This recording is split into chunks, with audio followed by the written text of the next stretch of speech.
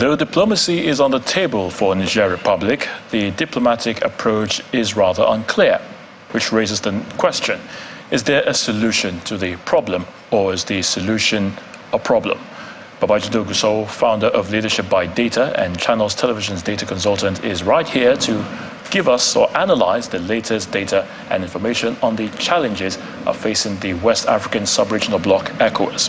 Babajide, great to have you again on the News at 10. Good evening, Ayotunde.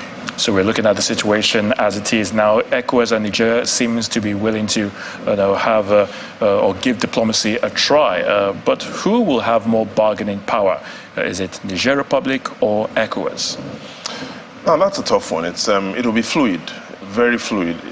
What you've just asked makes me remember a story my grandfather once told me, and that's in a fight between a lion and a fly, the size advantage of the lion disappears, and he told me that the fly is more likely to get into the buttocks of the lion to cause it discomfort than ending up in the belly of the lion. Or the saying of Muhammad Ali, the great boxer, flow like a butterfly, sting like a bee. Exactly. So it's fluid when it comes to who will have more negotiation power at the bargaining table. However, what we should know is that in such a situation, your size advantage can quickly become a disadvantage. And so it'll be interesting to see how it plays out. But one thing that is clear is that ECOWAS is answering the simple questions and is not answering the tough questions. And I'll give you exactly what I mean. Today, we both went to school. I remember one exam I wrote, 5 questions.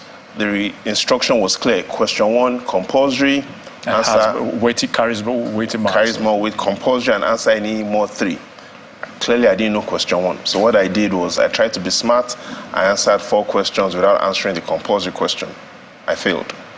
What we see is ECOWAS is still not answering its question 1, the compulsory question. What is the compulsory question? Question 1A. What will happen to President Bazoum if he is reinstalled? In simple terms, who will protect President Bazoum? Question 1A. Why is this important? Let's not forget, it was the head of the Presidential Guard, General Tishani, that is holding President Bazoum hostage. So the question 1A for ECOWAS, who will protect President Bazoum if he's reinstalled? Is it the country's military? Will it be ECOWAS? Or will it be the European Union or America?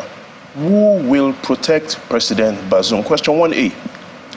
Question 1B for ECOWAS is, if General Tishani hands over back to President Bazoum, question 1B is, who will protect General Tishani? Again, big question. Who will protect General Tishani? Will he be ousted and reintroduced President Bazoum? Will he be given some liberty or freedom? Will he go to court? Question 1C. ECOWAS has talked about willing to negotiate. Niger is willing to negotiate. But what we still haven't heard is, what is ECOWAS not willing to negotiate? Because that allows us to clearly know what is the way forward. It is not what ECOWAS is willing to negotiate, it is what ECOWAS is not willing to negotiate. That will allow us to know where the future is.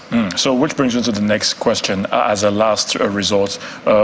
What are the likely ways ECOWAS can apply pressure in case the standby force is asked to be on standby, as it were?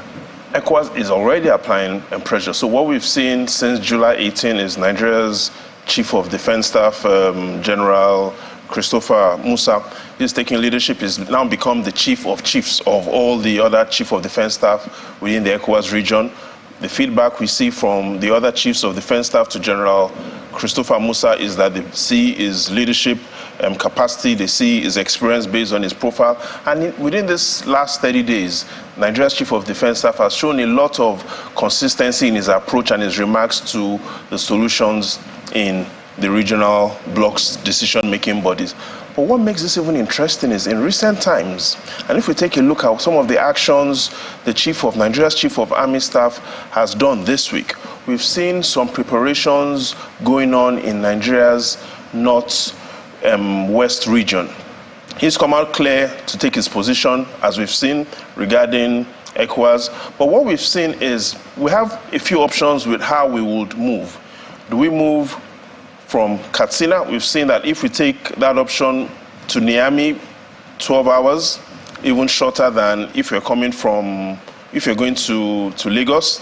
Another option is if we choose not to go through that route, we could, if we don't go through the Kano route, we could go through the Katsina route. We see Katsina to Niamey, 10 hours, still shorter than Katsina to Lagos, which will take you 14 hours.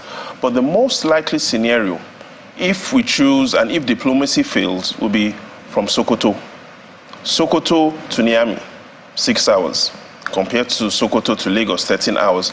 So yes, if all options fail, and in the unlikely situation that we choose to be forceful, then most of those actions will likely come from Nigeria's northwest region, especially looking at the proximity of Sokoto to Niamey.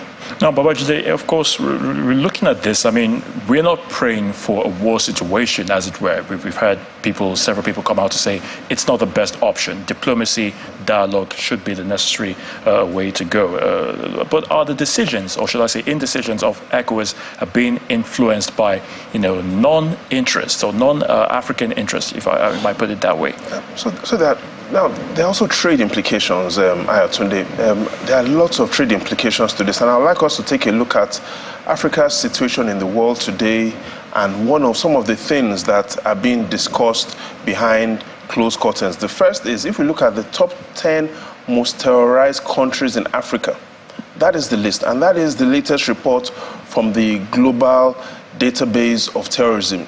Now, if you focus on those top five most terrorized countries in Africa, here's what you notice, Ayatunde.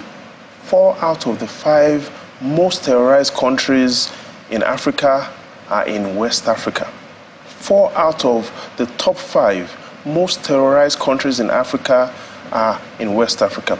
In simple terms, if this situation is not well managed, terrorism in West Africa will increase.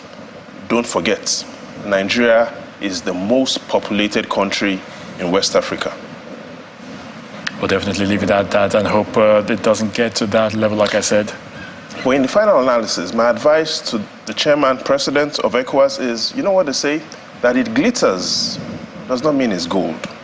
That it is rational does not make it sensible. I'll leave it at that. Babajide Ogunsanwo, thank you for your thoughts on the news at 10. Pleasure is all mine.